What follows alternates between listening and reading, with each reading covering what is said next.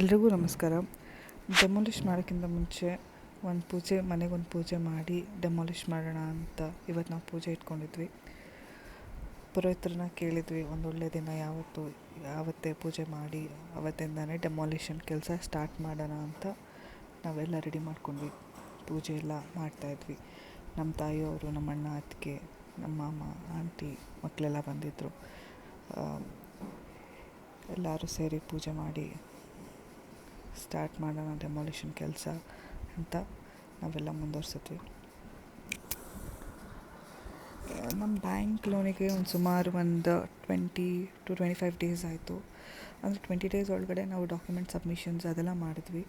But ಕೆಲವೊಂದೊಂದು time ನಮಗೆ stuck ಆಯಿತು, tax file ಮಾಡಿರಲಿಲ್ಲ ಆನ್ ಟೈಮ್ ನಾವು. ಸೊ ಅದಕ್ಕೆ ನಾವು ಮತ್ತೆ ಫೈಲ್ ಮಾಡೋದು ಮತ್ತು ಅದಕ್ಕೆ ನಮಗೆ ಫೈನ್ ಹಾಕಿದರು. ನಾವು ಲೇಟಾಗಿ ಸಬ್ಮಿಷನ್ ಮಾಡಿದ್ದರಿಂದ ನಮಗೆ ಟ್ಯಾಕ್ಸ್ಗೆ ಎಕ್ಸ್ಟ್ರಾ ಫೈನ್ ಕಟ್ಟಿ ನಾವು ITR ಫೈಲ್ಸ್ ತೊಗೊಂಡಿದ್ದು.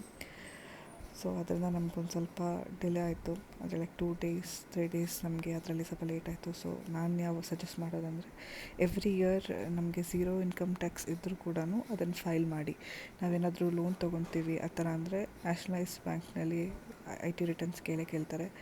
ಸೊ ದಯವಿಟ್ಟು ಎಲ್ಲರೂ ಫೈಲ್ ಮಾಡಿ. ನೀವೇನಾದರೂ ಫ್ಯೂಚರಲ್ಲಿ ಪ್ಲ್ಯಾನ್ ಇಟ್ಕೊಂಡಿದ್ದೀರಾ ಲೋನ್ ಮಾಡೋದಕ್ಕೆ ಅಂತ ಅಂದರೆ ದಯವಿಟ್ಟು ಫೈಲ್ ಮಾಡಿ ಅದೆಲ್ಲ ಆದಮೇಲಿಂದ ಅಪ್ರೂವಲ್ ಸಿಕ್ತು ನಮಗೆ. ಮನೆ ಕಟ್ಟೋದಕ್ಕೆ BBMP ಅಪ್ರೂವಲ್ ಇತ್ತು ನಮಗೆ. ಮತ್ತು ವಾಟರ್ ಕನೆಕ್ಷನ್ಸ್ ಎಲ್ಲ ನಾವು ಡಿಸ್ಕನೆಕ್ಟ್ ಮಾಡಿದ್ವಿ, ಮೀಟ್ರ್ ಸಬ್ಮಿಟ್ ಮಾಡಿದ್ವಿ. ಮತ್ತು ಎಲೆಕ್ಟ್ರಿಕಲ್ ಮೀಟ್ರ್ ಕೂಡ ಡಿಸ್ಕನೆಕ್ಟ್ ಮಾಡಿ ನಾವು ಎಲೆಕ್ಟ್ರಿಕ್ ಮೀಟರ್ಸ್ ಕೂಡ ನಾವು ಸಬ್ಮಿಟ್ ಮಾಡಿದ್ವಿ. ಅದಾದಮೇಲಿಂದ ಒಂದು ಡೆಮಾಲಿಷನ್ ಯಾರಿಗಾದರೂ ಗೊತ್ತಿರೋರು ಪರಿಚಯದಿರೋರು ನೋಡಿದ್ವಿ. ನಮಗೆ ಗೊತ್ತಿರೋ ಒಬ್ಬರು ಕೇಬಲ್ ಅವರೇ ನಮ್ಗೆ ಹೇಳಿದರು, ಲೈಕ್ ಇವರು ಮಾಡ್ತಾರೆ ಅಂತ ಇವ್ರು ಕಾಂಟ್ಯಾಕ್ಟ್ ಕೊಟ್ಟರು ನಮಗೆ. ಸೊ ನಾವು ಇವ್ರನ್ನ ಕೇಳಿದ್ವಿ. ನಾವು ಹೇಗೆ ಮಾತಾಡಿದ್ವಿ ಅಂದರೆ, ಮನೆ ಡೆಮಾಲಿಷನ್ ಮಾಡಿ ಮತ್ತು ನಮಗೆ ಪಾಯ ತೋಡೋದಕ್ಕೋಸ್ಕರ ಅದರಲ್ಲಿ ಡಿಗ್ಗಿಂಗ್ ಎಲ್ಲ ಮಾಡಬೇಕಲ್ಲ, ಅದನ್ನಷ್ಟು ಫುಲ್ಲು ಅವರೇ ಮಾಡಬೇಕು ಅಂತ ಮಾತಾಡಿದ್ವಿ. ಸೊ ಡೆಮಾಲಿಷನ್ ಕಾಸ್ಟ್ ಇದೇನಾಯ್ತಂದರೆ, ಡೆಮಾಲಿಷನಲ್ಲಿ ನಾವು ಎಲ್ಲ ಐಟಮ್ಸ್ ಏನೇನಿರುತ್ತೆ, ಕಬ್ಬಿಣ, ವೈರಿಂಗ್ಸ್, ಬಾಗಿಲು, ಕಿಟಕಿ ಎಲ್ಲ ಅವರೇ ತೊಗೊಳ್ತಾರೆ. ವೈರಿಂಗ್ಸ್ ಕೂಡ ಅವರೊಂದು ಬಲ್ಬ್ ನಾವೇನೇನು ವೈರಿಂಗ್ ಒಳಗಡೆ ಹಾಕಿರ್ತೀವಲ್ಲ, ಅವ್ರು ನಿಧಾನಕ್ಕೆ ಎಲ್ಲ ವೈರಿಂಗ್ ಅದು 1 day almost like more than 1 day, ಒಂದಿನಕ್ಕಿಂತ ಜಾಸ್ತಿನೇ ವೈರಿಂಗ್ಸ್ ಎಲ್ಲ ಬಿಚ್ಕೊಂಡ್ರು ಅವರು.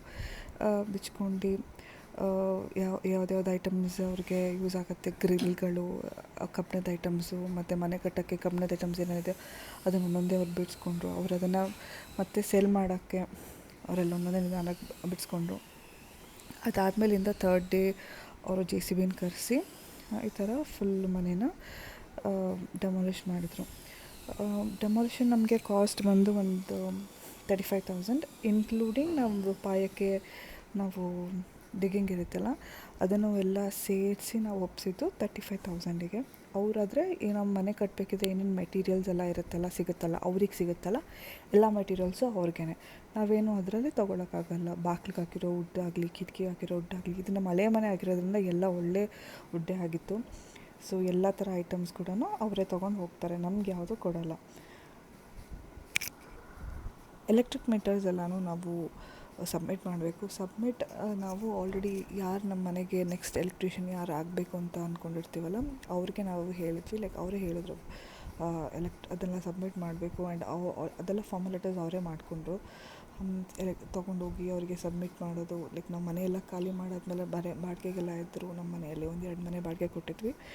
ಆ ಮನೆಯವರೆಲ್ಲನೂ ಖಾಲಿ ಮಾಡಿ, ನಾವೆಲ್ಲ ಖಾಲಿ ಮಾಡಾದ್ಮೇಲಿಂದ ಅವರೇ ಬಂದು ಎಲೆಕ್ಟ್ರಿಕ್ ಮೀಟರ್ಸ್ನೆಲ್ಲ ತೊಗೊಂಡೋಗಿ ಅವ್ರಿಗೆ ಸಬ್ಮಿಟ್ ಮಾಡಿದರು. ನಮ್ಮ ಕಡೆಯಿಂದ ಅವರೇ ಹೋಗಿ ಸಬ್ಮಿಟ್ ಮಾಡಿದ್ರು. ಸೊ ಅದೇನು ನಮಗೆ ಕೆಲಸ ಆಗಿಲ್ಲ. ಅವರೇ ನಮಗೆ ನಮ್ಮ ಕಟ್ಟೋ ಮನೆಯವರೇ ಎಲ್ಲ ಮಾಡಿದರು. ನಮ್ಗೆ ಗೊತ್ತಿರೋ ಪ್ಲಂಬರ್ ಕಡೆಯಿಂದ ನಾವು ಡಿಸ್ಕನೆಕ್ಟ್ ಮಾಡಿಸಿದ್ವಿ, ಮೀಟರ್ ತೆಗೆದಿಟ್ಕೊಂಡಿದ್ವಿ.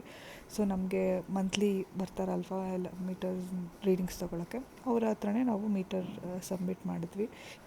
ಟೋಟಲ್ ಡೆಮಾಲಿಷನ್ ನಮಗೊಂದು ಮೋರ್ ದೆನ್ 3 ಡೇಸ್. ಒಂದು ಹಾಲಿಡೇ ಇತ್ತು, ಒಂದು ಬಕ್ರೀದ್ ಹಾಲಿಡೇ ಇದ್ದಿದ್ದರಿಂದ ನಮಗೆ ಕೆಲಸಕ್ಕೆ ಯಾರೂ ಸಿಗಲಿಲ್ಲ. ಸೊ ಒಂದು 3-4 ದಿನದ ಮೇಲೆ ಒಂದು 5 ದಿನ ಆಯಿತು ನಮಗೆ ಫುಲ್ ಡೆಮಾಲಿಷನ್ ಮಾಡೋ ಅಷ್ಟೊತ್ತಿಗೆ.